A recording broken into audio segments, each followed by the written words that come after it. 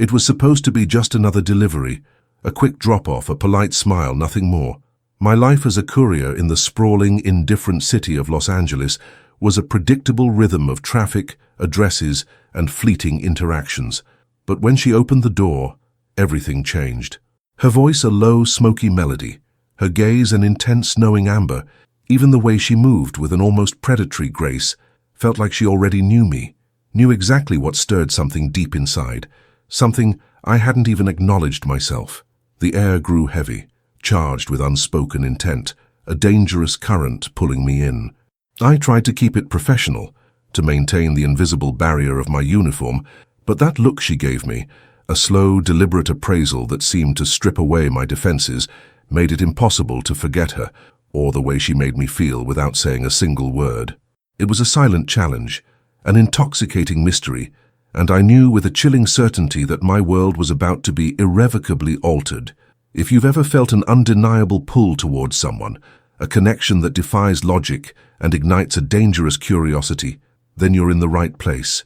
Hit that subscribe button right now and join me as we delve into a story where a simple delivery unravels into a complex web of attraction, mystery, and the unexpected journey of self-discovery. You won't want to miss a single chapter. My name is Noah, and for the past 3 years my life has been a blur of city streets, GPS directions, and the constant hum of my delivery van. I work for Urban Express, a courier service that prides itself on speed and efficiency across the vast, sprawling landscape of Los Angeles. It's not glamorous, but it pays the bills, keeps me active, and offers a strange kind of freedom. I'm 28, and my days are usually pretty straightforward. Pick up a package, navigate the labyrinthine freeways, drop it off, repeat. My interactions are brief, polite, and entirely transactional. I like it that way. It's simple, predictable. My best friend Samir works the same routes. We've known each other since high school, and he's the kind of friend who can read my mood just by the way I sigh. He's always pushing me to live a little, to break out of my shell, but I've always been content with my quiet routine. My sister Jasmine, a budding photographer with an adventurous spirit, shares Samir's sentiment. She often tells me I need more color in my life. I usually just shrug and tell her my life is perfectly fine in shades of gray. The day started like any other. The morning sun was already blazing down on the San Fernando Valley, promising another scorching LA day. I'd just finished a drop-off in Santa Monica, the salty air a brief reprieve from the exhaust fumes, and was heading inland for my next assignment, a package for an address in the Hollywood Hills. It was a high-end residential area, the kind of place where houses clung precariously to hillsides, hidden behind imposing gates and lush foliage. The address led me up a winding, tree-lined road, past sprawling mansions and manicured gardens. The air grew cooler, tinged with the scent of eucalyptus. I finally pulled up to a sleek, modern house, all glass and concrete, nestled discreetly behind a tall, minimalist fence. The gate slid open silently as I punched in the code provided in my delivery notes. I parked the van, grabbed the medium-sized unmarked box, and walked up the pristine stone pathway. The front door was a massive slab of dark wood, imposing and uninviting. I pressed the doorbell, a soft chime echoing from within. A moment passed, then another. Just as I was about to press it again, the door swung open, and that's when everything changed. She stood there, framed by the cool, minimalist interior of the house. Her name, I would later learn, was Ilara. She was probably in her early 30s, with long dark hair that cascaded over her shoulders like a silk curtain. Her eyes were the first thing that truly struck me, a captivating shade of amber, deep and intelligent, with a hint of something ancient, something knowing. They held my gaze instantly, a silent, powerful connection that felt both unsettling and profoundly intriguing. She was dressed simply, in a flowing, dark silk robe that seemed to cling to her curves in all the right places, hinting at the form beneath without revealing too much. It was an outfit that exuded effortless elegance and a subtle, undeniable sensuality. She wasn't overtly beautiful in a conventional Hollywood way, but there was an aura about her, a magnetic presence that pulled me in, making me acutely aware of every nerve ending in my body. "Delivery for Ilara Vance?" I managed, my voice a little rougher than usual. I extended the package, trying to maintain my professional demeanor, but my hand felt strangely unsteady. She didn't immediately take the package. Instead, her eyes, those mesmerizing amber eyes, slowly traveled from my face down my uniform, and back up again. It wasn't a casual glance. It was a deliberate, almost intimate appraisal, as if she were reading a book, deciphering every line, every nuance of my being. A slow, knowing smile, subtle yet incredibly potent, curved her lips. "You must be Noah," she said, her voice a low, smoky melody that sent a shiver down my spine. It wasn't a question, but a statement of fact, delivered with an unnerving certainty. My brows furrowed. "Yes, that's me. How did you know?" My name wasn't on the delivery slip. Her smile widened slightly, a hint of mischief dancing in her eyes. A lucky guess, perhaps. Or maybe I just had a feeling. She finally reached out, her fingers brushing mine as she took the package. Her touch was brief, electric, sending a jolt through my arm that lingered long after she withdrew her hand. "Thank you, Noah," she said, her voice dropping to an almost conspiratorial whisper. Her eyes held mine, and in their depths I saw something I couldn't quite name. A deep understanding, a shared secret, a dangerous invitation. It felt like she was looking not just at me, but into me, seeing things I kept hidden, things I didn't even know were there. The air around us grew heavy, charged with an unspoken intent. The sun beat down on the hills, but a strange coolness seemed to emanate from her, an enigmatic allure. I felt a blush creep up my neck, a sensation I hadn't experienced since my teenage years. My professional facade was crumbling, replaced by a profound sense of disorientation and an undeniable, almost magnetic pull. "You're welcome," I stammered, feeling incredibly awkward, yet unable to tear my gaze away from hers. She continued to hold my eyes, her smile never fading, that knowing glint still present. It was as if she was enjoying my discomfort, enjoying the effect she was having on me. "I have a feeling we'll be seeing each other again, Noah," she murmured, her voice a soft promise, a subtle challenge. And then, with a final, lingering look that seemed to imprint itself onto my very soul, she slowly closed the door, leaving me standing alone on the pristine pathway, the silence of the Hollywood Hills, suddenly deafening. If you're already captivated by the mystery of Ilara and the effect she's having on Noah, please hit that like button and subscribe to the channel. Your support helps us tell these complex human stories. I walked back to my van in a daze, my mind reeling. The encounter had lasted no more than 2 minutes, yet it had shaken me to my core. Who was she? How did she know my name? And what was that look, that unsettling certainty in her eyes? The rest of my deliveries that day were a blur. My usual focus was gone, replaced by the persistent image of Ilara's amber eyes, her knowing smile, the low, smoky melody of her voice. I found myself replaying every second of our interaction, dissecting her words, her gestures, trying to find a logical explanation for the profound effect she had on me, but there was none. It was purely visceral, an immediate, undeniable connection that defied all reason. That evening I met Samir for our usual post-work beer at a local dive bar. He took one look at my face and raised an eyebrow. "Whoa, dude, you look like you've seen a ghost," he said, taking a swig of his IPA. "Rough day in the LA traffic jungle?" I shook my head, pushing my own beer around on the coaster. "No, not traffic, something else." "Oh?" he prompted, intrigued. "Spill it. Did Ms. Albright finally give you that promotion you've been eyeing?" Ms. Albright was our no-nonsense, perpetually stressed manager. "No," I chuckled weakly. "It was a delivery to the Hollywood Hills." I recounted the encounter with Ilara, trying to articulate the unsettling feeling, the strange connection, the way she seemed to see right through me. Samir listened intently, his usual jovial expression slowly replaced by a thoughtful frown. "So, she knew your name even though it wasn't on the slip," he clarified. "And she gave you this knowing look? Like she knew your deepest desires?" He wiggled his eyebrows playfully, but there was a hint of seriousness in his tone. "Exactly," I exclaimed, feeling a surge of relief that he understood, even a little. It was like she knew exactly what turned me on, without me saying a word. It was unnerving and incredibly alluring. Samir leaned back, taking another sip of his beer. "Sounds like you met a femme fatale, my friend. Or maybe just a very perceptive woman who knows how to make an impression." He paused, a mischievous glint in his eye. "So, are you going to try and get another delivery to her place?" The thought had already crossed my mind, more than once. "I don't know," I admitted, feeling a fresh wave of confusion. It felt dangerous, like stepping into something I shouldn't.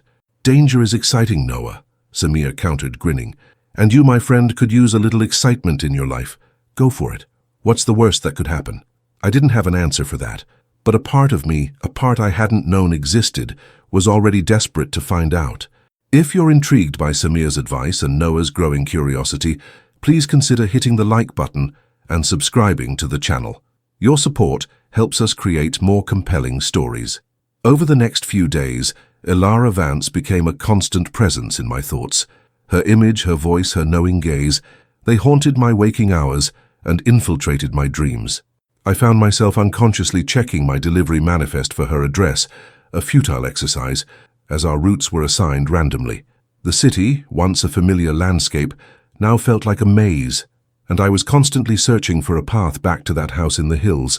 My sister Jasmine noticed my distraction during our weekly video call. She was in New York, pursuing her photography dreams, but she always had a knack for sensing when something was off with me. "You seem a little preoccupied, Noah," she observed, her sharp eyes scrutinizing my face on the screen. "Anything interesting happening in LA? Met anyone new?" I hesitated, wondering how much to reveal. Jasmine was perceptive, but also fiercely protective. "Just a strange delivery," I began, and found myself recounting the story of Ilara, much as I had to Samir. Jasmine listened patiently, her expression thoughtful. "Wow," she finally said, a slow smile spreading across her face. "Sounds like you met someone truly captivating, Noah. Someone who actually saw you." "Saw me?" I repeated, confused. "Yeah," she nodded. "You're always so guarded, Noah, so contained. It sounds like this woman, Ilara, she cut through all that. She saw the real you, or at least she made you feel seen. That's rare, bro. And a little scary, I imagine." Her words resonated deeply. Scary was an understatement. It was terrifying, but also undeniably exhilarating. The idea that someone could see past my carefully constructed facade, past the polite smiles and transactional interactions, was both unsettling and profoundly appealing. "So, what are you going to do?" Jasmine asked, echoing Samir's question. "Are you going to try and find her again?" The question hung in the air, heavy with unspoken possibilities. A part of me, the logical, cautious part, screamed to walk away, to forget the encounter, to return to the safe predictability of my life. But another part, a primal, insistent urge, yearned for more. It yearned for the mystery, for the dangerous allure, for the intoxicating feeling of being truly seen. The city outside my apartment window hummed with its endless rhythm, a symphony of ambition and anonymity. But for the first time in a long time, I felt a tremor of anticipation, a dangerous curiosity that pulled me away from the familiar and towards the unknown. I knew with a chilling certainty that the path ahead was no longer just uncertain, but fraught with an intoxicating possibility that would alter the landscape of my life forever. The memory of Ilara's amber eyes, her knowing smile, the way she made me feel without saying a word, it was a powerful, irresistible force drawing me deeper into a mystery I was desperate to unravel. The desire to see Ilara again became an obsession. It wasn't just about physical attraction, though that was undeniably potent. It was the mystery, the unsettling feeling that she saw something in me that I hadn't recognized myself, a hidden depth or a dormant desire. My logical mind, the one that navigated LA traffic with precision, told me to forget it, to move on. But my instincts, awakened by her presence, screamed for more. I started subtly manipulating my routes, a risky move that could get me in trouble with Ms. Albright, our eagle-eyed manager. I'd linger in the Hollywood Hills area, hoping for a last-minute delivery request that would take me back to her address. I'd check the manifest more frequently, my heart leaping every time I saw a package destined for that exclusive zip code. It was a desperate, almost pathetic pursuit, but I couldn't help myself. Days turned into a week, then 2. No deliveries to Ilara Vance. The initial thrill began to wane, replaced by a dull ache of disappointment. Maybe Samir was right. Maybe she was just a perceptive woman who knew how to make an impression. Maybe I had overreacted, romanticized a simple delivery. Then, one sweltering Tuesday afternoon, as I was finishing up a route in Beverly Hills, a new assignment popped up on my tablet. My breath hitched. It was her address, Ilara Vance. My heart hammered against my ribs, a frantic drumbeat of anticipation and nerves. This wasn't a random assignment. It felt like fate, a second chance. I drove towards the Hollywood Hills, my hands gripping the steering wheel, a strange mix of excitement and apprehension churning in my stomach. The package was small, a delicate, unmarked box, light as a feather. What could it be? My mind raced, conjuring 1,000 scenarios. When I pulled up to her house, the gate slid open with the same silent grace. I walked up the pathway, the sun glinting off the glass facade, my uniform feeling suddenly too tight, too formal. I pressed the doorbell, and the familiar chime echoed. The door opened, and there she was, Ilara. She was dressed differently this time, in a fitted dark jumpsuit that accentuated her slender frame, making her look even more elegant and enigmatic.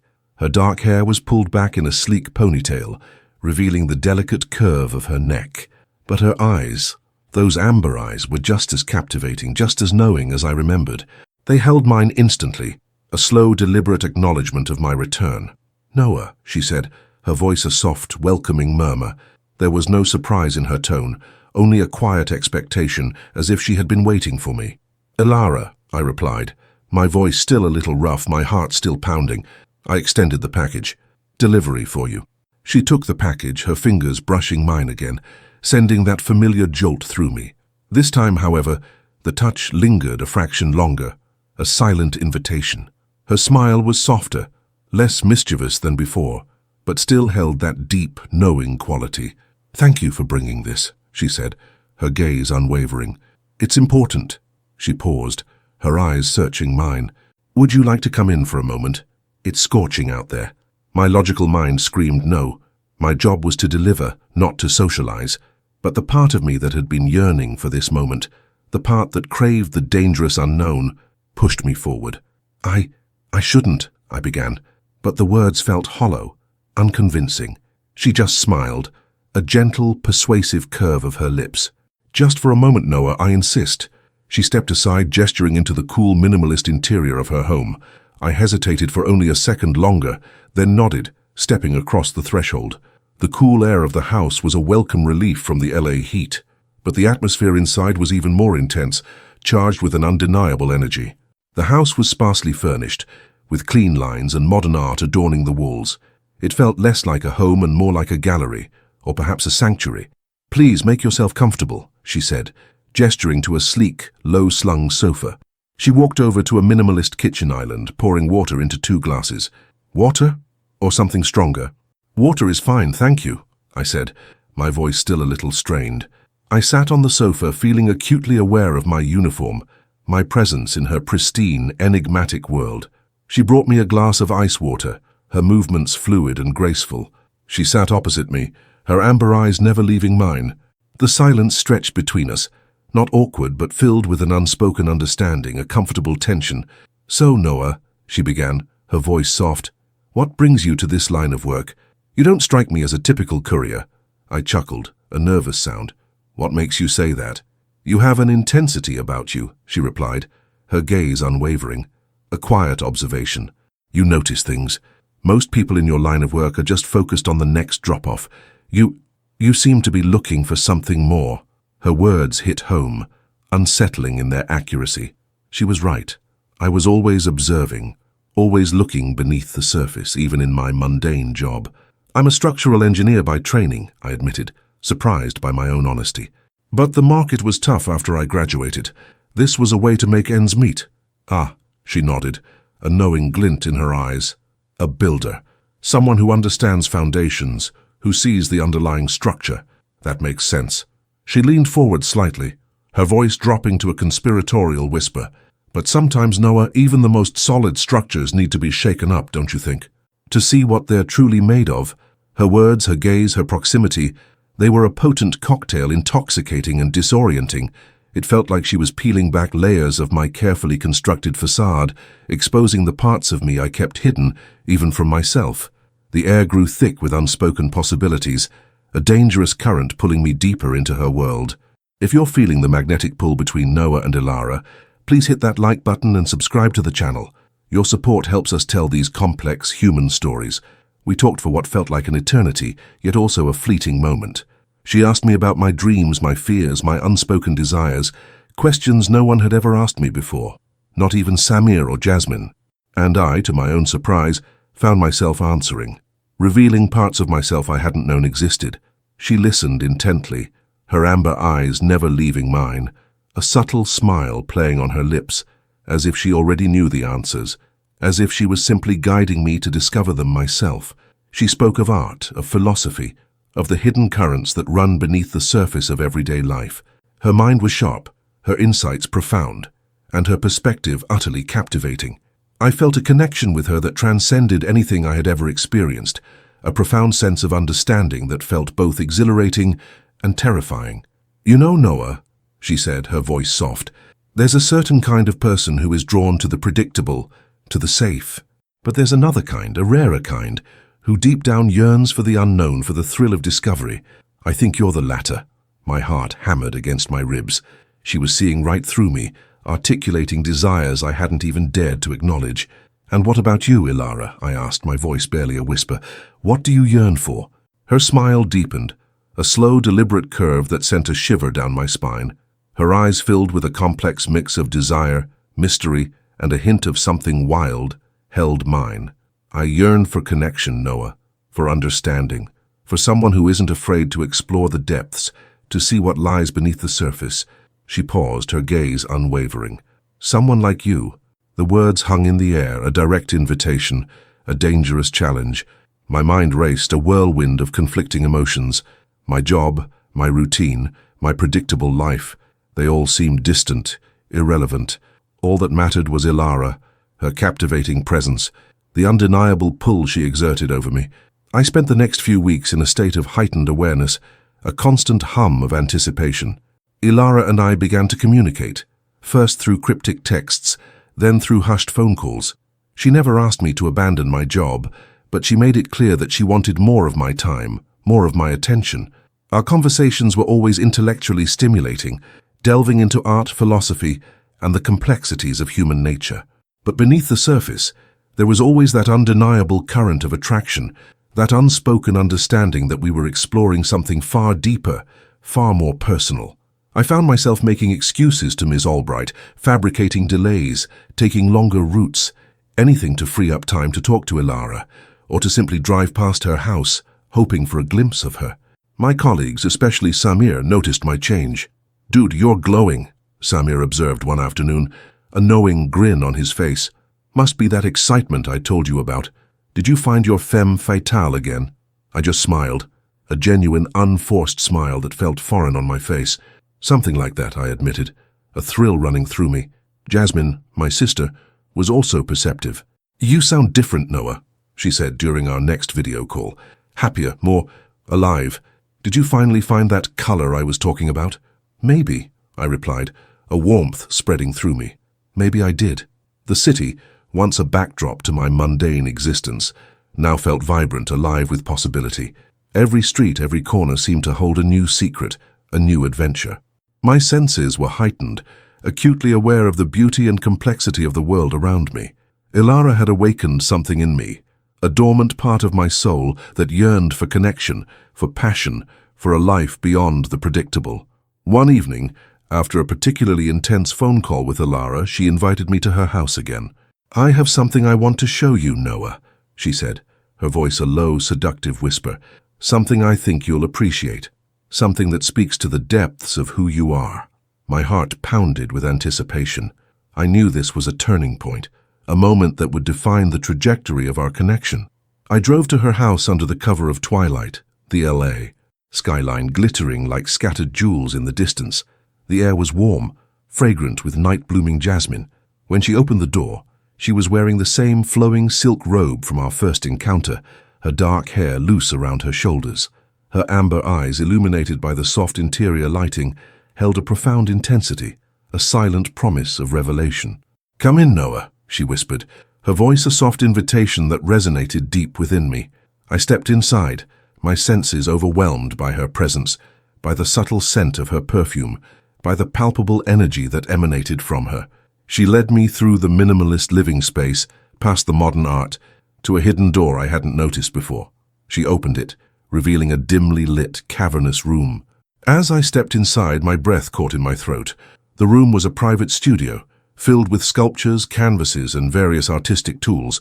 But it wasn't the art itself that captivated me. It was the subject. Every piece, every sculpture, every painting seemed to depict a man with short, dark blonde hair, with piercing light blue eyes, with a quiet intensity and a thoughtful gaze. A man who looked exactly like me. My heart hammered against my ribs, a frantic drumbeat of shock and disbelief. There were sculptures of my hands, paintings of my profile, sketches of my expressions. It was an entire gallery dedicated to me, to my likeness, to the essence of who I was. I turned to Ilara, my eyes wide with a mixture of awe and profound unease. "Ilara, what is this?" I whispered, my voice barely audible. She smiled, a slow, knowing curve that sent a shiver down my spine. Her amber eyes, filled with a triumphant glint, held mine. "This, Noah," she said, her voice a soft, seductive purr, "is you, as I see you, as I've always seen you. I told you I knew exactly what turned you on. And what turns me on, Noah, is the beauty of a soul laid bare. The structure beneath the surface, the hidden depths." She stepped closer, her hand gently reaching out to touch my cheek, her touch sending a jolt of raw, primal energy through me. "I told you I was looking for someone who wasn't afraid to explore the depths, and I found him. I found you." The revelation was overwhelming, intoxicating, and utterly terrifying. She hadn't just seen me, she had studied me, captured my essence in her art, long before I even knew she existed. The mystery of Ilara, the dangerous allure, the profound connection. It all converged in that moment, pulling me deeper into a world I never knew existed. A world where I was both the subject and the object of an intense, unsettling fascination.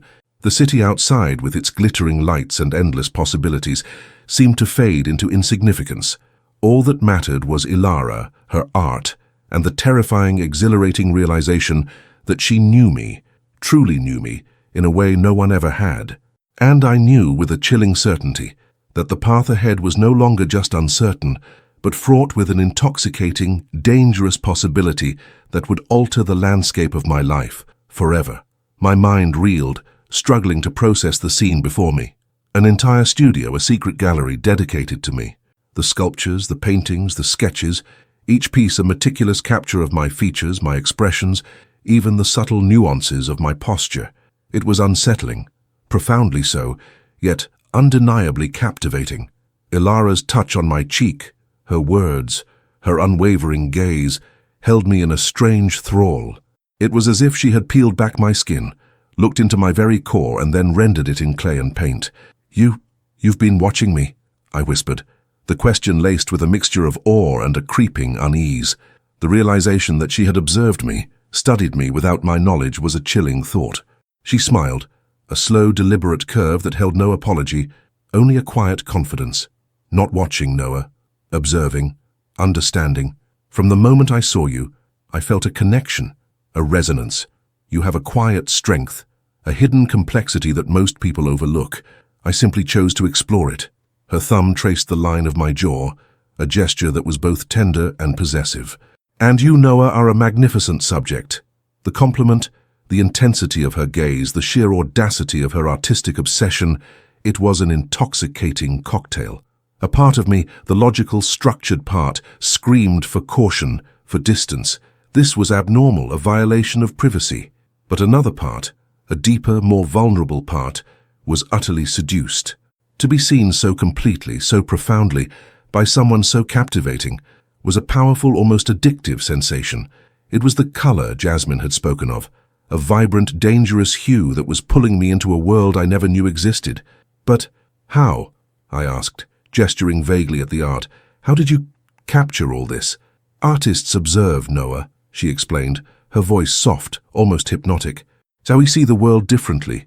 We notice the subtle shifts, the unspoken emotions. And once I saw you, once I felt that connection, you became my muse. I simply allowed my art to follow where my intuition led." She stepped back, her hand dropping from my face, but her eyes remained locked with mine. "And now you're here, in my sanctuary, seeing what I've created. What do you think?" The question hung in the air, heavy with expectation. I looked around the studio again at the myriad representations of myself. It was overwhelming, a mirror reflecting back a version of me I hadn't fully recognized. It was flattering, terrifying, and profoundly intimate. "It's incredible, Ilara," I finally managed, the words feeling inadequate, "and a little overwhelming." She chuckled, a low melodic sound. "Good. Art should be overwhelming. It should challenge you, make you feel. And this, Noah, is just the beginning." She took my hand, her fingers intertwining with mine, and led me deeper into the studio, showing me individual pieces, explaining her process, her inspiration. I spent hours in her studio that night, lost in conversation, lost in the strange, intoxicating world she had created around me. She spoke of her own life, her passion for art, her search for profound connections. She was a woman of immense depth, of fierce intelligence and an almost unnerving intuition. By the time I left her house, the L.A. night sky was beginning to lighten with the first hints of dawn. My head was spinning, my heart a chaotic mix of exhilaration and a subtle, persistent unease. If you're as fascinated and unsettled by Ilara's artistic obsession as Noah is, please hit that like button and subscribe to the channel. Your support helps us tell these complex human stories. The weeks that followed were a blur of intense, clandestine meetings with Ilara. My life as a courier became a mere facade, a necessary cover for my true preoccupation.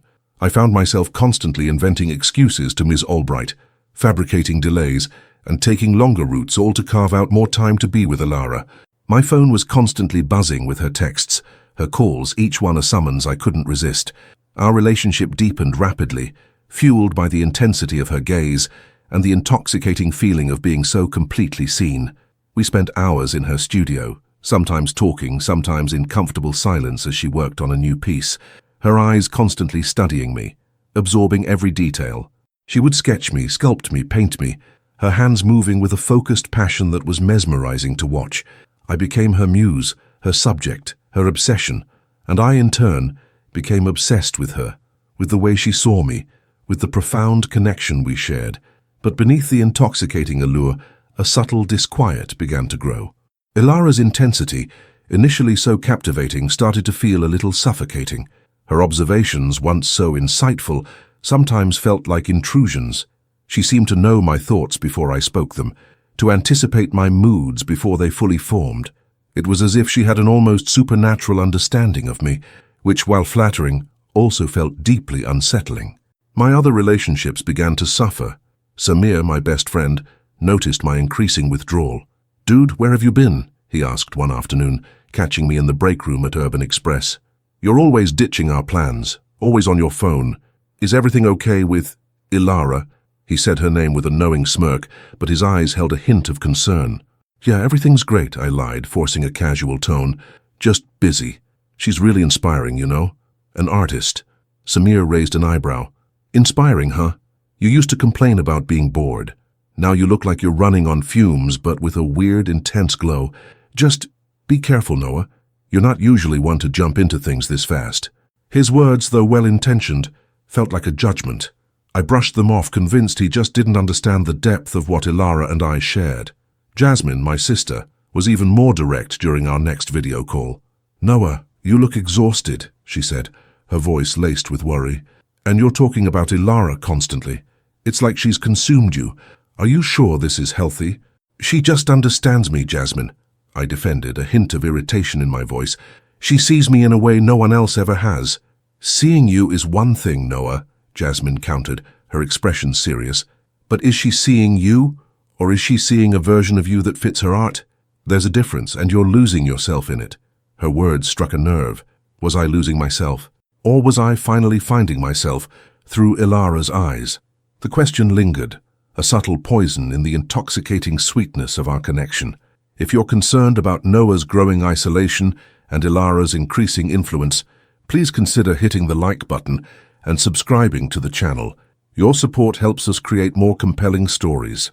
The turning point came subtly, almost imperceptibly at first. Ilara began to express a desire for me to spend more time at her house, to essentially move in. She framed it as a natural progression, a way for us to deepen our connection, for her to have constant access to her muse. "Think of it, Noah," she purred one evening, her fingers tracing patterns on my arm as we lay on her plush sofa. "No more rushing, no more sneaking around, just us and our shared passion. You could work from here, I could create, it would be perfect." The idea was tempting, undeniably so, to be fully immersed in her world, to shed the mundane responsibilities of my old life, but a cold knot of apprehension formed in my stomach. It felt less like an invitation and more like a subtle demand, a tightening of the invisible chains that were slowly binding me to her. I hesitated. I don't know, Ilara. My job? My apartment? It's a big step. Her smile, usually so warm, tightened almost imperceptibly. Her amber eyes, usually so understanding, held a flicker of something I hadn't seen before, a hint of impatience, a subtle possessiveness. Is it, Noah? Or are you just afraid to fully embrace what we have, to truly let go of the predictable life you claim to despise? Her words were a challenge, a subtle manipulation that played on my insecurities. I felt trapped, caught between the intoxicating allure of her world and the nagging voice of my own dwindling autonomy. One afternoon, while Ilara was engrossed in a new sculpture in her studio, I wandered into her living room. My phone buzzed with a text from Ms. Albright, a stern reminder about a missed delivery. I sighed, feeling the weight of my neglected responsibilities. As I put my phone down, my gaze fell upon a small ornate box on a side table. It was slightly ajar, and a glint of metal caught my eye. Curiosity, a dangerous companion, got the better of me. I knew I shouldn't, but I felt an irresistible urge to look inside. I carefully opened the box. Inside, nestled on a bed of velvet, were several small, intricately carved wooden figures. Each one was a miniature sculpture of a man, and each one, with chilling precision, bore a striking resemblance to me. But these weren't just random figures. They were clearly representations of different stages of a man's life, different expressions, different moods, and beneath each figure a small handwritten label. My blood ran cold as I read the labels. The observer, the seeker, the captivated, the bound. And then at the very bottom of the box beneath the figures was a small, leather-bound journal. My hands trembled as I picked it up. It wasn't a typical journal. It was filled with meticulous notes, sketches, and observations. And the subject of these observations, the focus of every entry, was me. It wasn't just about my physical appearance or my artistic essence. It was about my habits, my routines, my conversations with Samir, my calls with Jasmine. There were detailed analyses of my personality, my vulnerabilities, my desires. It was a comprehensive, almost scientific study of my life, my mind, my very being. My heart hammered against my ribs, a frantic drumbeat of pure terror. This wasn't just artistic inspiration. This was surveillance. This was an obsession that transcended art, delving into something far darker, far more controlling. She hadn't just seen me. She had stalked me, meticulously documented my life, long before our first chance encounter. The lucky guess about my name, the feeling she had, it was all a carefully constructed facade. The realization hit me with the force of a physical blow. I wasn't her muse. I was her project. I wasn't her connection. I was her subject. The intoxicating feeling of being seen, of being understood, twisted into a horrifying realization of being utterly exposed, utterly controlled. I heard footsteps approaching from the studio. Ilara. My blood ran cold. I quickly, clumsily closed the journal and placed it back in the box, trying to make it look undisturbed. I snapped the box shut, my hands shaking uncontrollably. Ilara entered the living room, a soft smile on her face. Noah, darling, I was wondering where you went. I just finished a new piece. Come, let me show you. Her amber eyes, usually so captivating, now seemed to hold a predatory glint, a chilling awareness. I forced a smile, my heart pounding so hard I thought it would burst through my chest. The cool, minimalist interior of her house, once a sanctuary, now felt like a gilded cage. The city outside, with its endless possibilities, seemed impossibly far away, and I knew with a chilling certainty that the path ahead was no longer just uncertain, but fraught with a dangerous, suffocating trap that would alter the landscape of my life forever. The intoxicating allure had turned into a terrifying reality, and I was caught utterly and completely in the intricate web of Ilara's obsession. My blood ran cold, but I forced myself to breathe, to maintain the facade. Ilara's smile was disarmingly sweet, yet her eyes, those captivating amber eyes, seemed to pierce right through my forced composure, as if she knew exactly what I had just discovered. The small ornate box on the side table, now closed, felt like a ticking time bomb. "Oh, really?" I managed, my voice sounding unnaturally bright even to my own ears. "A new piece, I'd love to see it." She took my hand. Her touch, once so exhilarating, now sending a shiver of dread through me. Her fingers intertwined with mine, a possessive grip that felt less like affection and more like a tether. She led me back into the studio, her movements graceful, her presence overwhelming. The new sculpture was a bust, a stark, almost haunting representation of my face, but with an expression I didn't recognize, a look of profound vulnerability, almost fear, etched into the clay. It was unsettling, a chillingly accurate depiction of my current internal state. "It's striking, Ilara," I said, trying to keep my voice steady. My gaze flickered from the sculpture to her face, searching for any hint of malice, any crack in her composed exterior.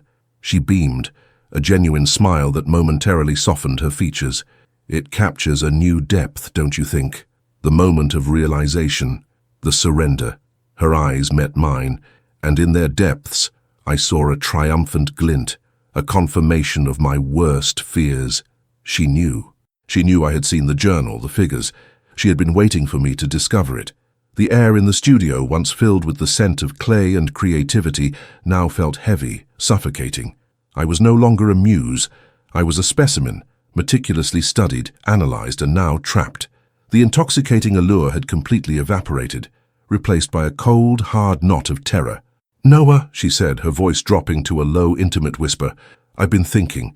It's time for you to move in. Permanently." My heart hammered against my ribs. This wasn't a suggestion.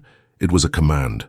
"Ilara, I can't," I stammered, trying to pull my hand away, but her grip tightened. "My job, my sister, I have responsibilities." Her smile vanished, replaced by a look of chilling determination. "Your job is a distraction, Noah. Your sister, a distant echo. Your true responsibility is here, with me, with your art, with your purpose." Her eyes narrowed, a subtle threat in their amber depths. "Don't you understand? We are meant to be together. You are my greatest creation, and I am your destiny." The words, once so seductive, now sounded like a sentence. I felt a surge of adrenaline, a desperate need to escape. This wasn't love. It was obsession. This wasn't connection. It was control. "I need to go, Ilara," I said, my voice firmer now, fueled by a growing panic. I finally managed to pull my hand free. "I have deliveries to make." She stepped in front of the studio door, blocking my path. Her expression was calm, almost serene, but her eyes held a dangerous glint. "You're not going anywhere, Noah. Not yet. We have so much more to explore, so much more to create." My mind raced, desperately searching for an exit, a way out of this gilded cage. The house, with its sleek lines and minimalist design, suddenly felt like a fortress, designed to keep me in. The city outside, with its endless traffic and anonymity, seemed like a distant, unattainable dream. If you're feeling Noah's rising panic and the chilling grip of Ilara's obsession, please hit that like button and subscribe to the channel. Your support helps us tell these complex human stories. I spent the next few hours in a terrifying dance of manipulation and evasion. Ilara never explicitly threatened me, but her words, her gaze, her subtle gestures made it clear that leaving would not be easy. She spoke of our future, of the masterpieces we would create together, of the profound understanding we shared. Every compliment felt like a tightening of the noose, every gentle touch a binding chain. I tried to text Samir, to Jasmine, but Ilara was always subtly present, always watching.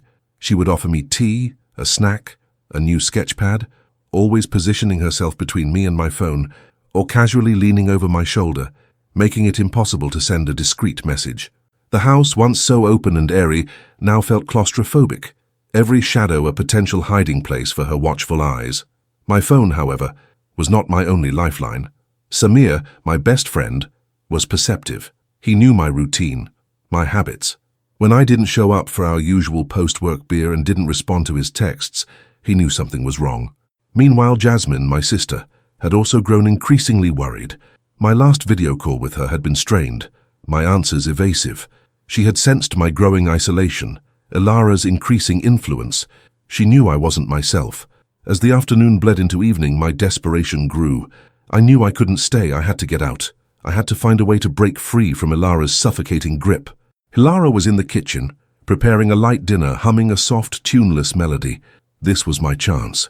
I glanced at the front door, then at the large sliding glass doors that led to the backyard, overlooking the sprawling city lights. The backyard seemed less secure, more open. I moved silently, my heart pounding like a drum against my ribs. I grabbed my phone, which I had managed to leave on a side table while Ilara was momentarily distracted. I quickly typed a message to Samir. Ilara's house. Need help. Trapped. I hit send, praying it would go through before she noticed. Just as I pressed send, I heard her voice sharp and clear from the kitchen. Noah? What are you doing? My blood ran cold. She had seen me. I didn't hesitate. I bolted for the sliding glass doors, throwing them open with a desperate shove. The cool night air hit my face, a momentary reprieve from the suffocating atmosphere inside. I scrambled out, not looking back, my legs pumping, adrenaline coursing through my veins. Noah, come back! Ilara's voice, no longer soft and seductive, but sharp and commanding, echoed behind me. I didn't stop. I ran across the manicured lawn towards the perimeter fence. It was tall, but I was desperate. I heard her footsteps behind me, surprisingly fast. Just as I reached the fence, a car screeched to a halt on the street outside. Headlights illuminated the scene, blinding me for a moment. It was Samir's beat-up sedan. He had come. Noah, get in! Samir yelled, his voice urgent. I scrambled over the fence, tearing my clothes, scraping my skin, but I barely felt it. I landed clumsily on the other side, just as Ilara reached the fence, her face contorted in a mask of fury and betrayal. You can't leave me, Noah, she screamed, her voice raw with emotion. You're mine, you belong here. I didn't look back. I dove into Samir's passenger seat, slamming the door shut. Samika floored the accelerator, and the car sped away, leaving Ilara standing alone by the fence, her silhouette shrinking in the rearview mirror. If you're relieved by Noah's escape and the timely intervention of his friend, please consider hitting the like button and subscribing to the channel. Your support helps us create more compelling stories. The drive away from Ilara's house was a blur of adrenaline and relief. Samir, his face grim, didn't ask questions, just drove, his eyes occasionally flicking to me, concern etched on his features. My body trembled, my heart still pounding. The image of Ilara's furious face burned into my mind. We drove straight to my apartment. Jasmine was already there, having flown in from New York after Samir called her, explaining his fears. She rushed to me, pulling me into a tight hug, her eyes filled with tears. Noah, oh my God, are you okay? She cried, her voice trembling. I clung to her, the familiar comfort of her embrace a powerful antidote to the terror I had just experienced. I'm okay, Jasmine, I whispered, my voice hoarse. I'm okay now. Over the next few days, with the unwavering support of Samir and Jasmine, I began to process the trauma. I recounted everything. The studio, the journal, the chilling realization of Ilara's obsession. They listened patiently, their anger and concern palpable. Samisha, ever practical, helped me file a police report detailing Ilara's stalking and my forced confinement. The police took it seriously, given the evidence of her extensive, artistic documentation of my life. Jasmine, with her keen eye for detail, helped me gather any remaining evidence from my phone and apartment that might corroborate my story. The legal process was slow and emotionally draining, but eventually a restraining order was issued against Ilara. I never saw her again, but the memory of her amber eyes, her knowing smile, and the chilling depth of her obsession remained a haunting presence in my mind. I quit my job at Urban Express. The thought of driving around LA, of potentially encountering her, was unbearable. I needed a complete break, a chance to rebuild my life, to reclaim my sense of self. With Jasmine's encouragement, I decided to pursue my original passion, structural engineering. I enrolled in a refresher course, determined to get back on track. It was a slow, arduous process, but the familiar logic and precision of engineering offered a comforting sense of order amidst the chaos of my recent past.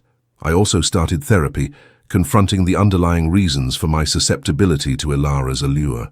I explored my own insecurities, my longing to be seen, to be understood, which Ilara had so expertly exploited. It was a painful journey of self-discovery, but it was necessary. I learned that true connection is built on trust and mutual respect, not on manipulation and obsession. Samir and Jasmine were my anchors throughout this period. Samir, with his unwavering loyalty and practical support, helped me navigate the legal complexities and offered a much-needed sense of normalcy. Jasmine, with her empathetic understanding and fierce protection, helped me heal emotionally, reminding me of my own strength and resilience. Their friendship, their love, became the true foundation of my recovery. Years passed. The sharp edges of the trauma began to soften, replaced by a quiet understanding. I never forgot Ilara, or the terrifying lesson she taught me. The memory of her knowing gaze, the way she seemed to see into my soul, still sent a shiver down my spine, but it no longer consumed me. I eventually found a job as a structural engineer in a firm in San Francisco, a new city, a fresh start. I built a new life, cautiously forming new friendships, learning to trust again, but with a newfound wisdom and a healthy skepticism. I learned that true strength lies not in avoiding the unknown, but in facing it with integrity and in recognizing the difference between genuine connection and dangerous obsession. One crisp morning, I stood on a construction site, overseeing the pouring of a new foundation. The sun was rising over the bay, painting the sky in hues of orange and gold. The air was cool, carrying the scent of concrete and possibility. I felt a quiet sense of purpose, a renewed appreciation for the solid structures I helped create, and for the even more solid foundations I had rebuilt within myself. The delivery that day, the woman who seemed to know exactly what turned me on, had indeed altered the landscape of my life forever. It had been a terrifying journey into the depths of obsession, a dangerous dance with a captivating, manipulative force, but I had emerged, scarred but stronger, with a profound understanding of the true price of giving in to such an allure and the invaluable worth of genuine human connection. I had learned to trust my instincts, to value my autonomy, and to truly see myself not through the distorted lens of another's obsession, but through the clear, unwavering gaze of my own reclaimed identity. And that concludes our story. If you were on the edge of your seat with Noah's terrifying encounter and his journey to reclaim his life, please give this video a big thumbs up and subscribe to the channel for more compelling and realistic stories like this one. Your support means the world and helps us create more content you'll love. Thank you for watching.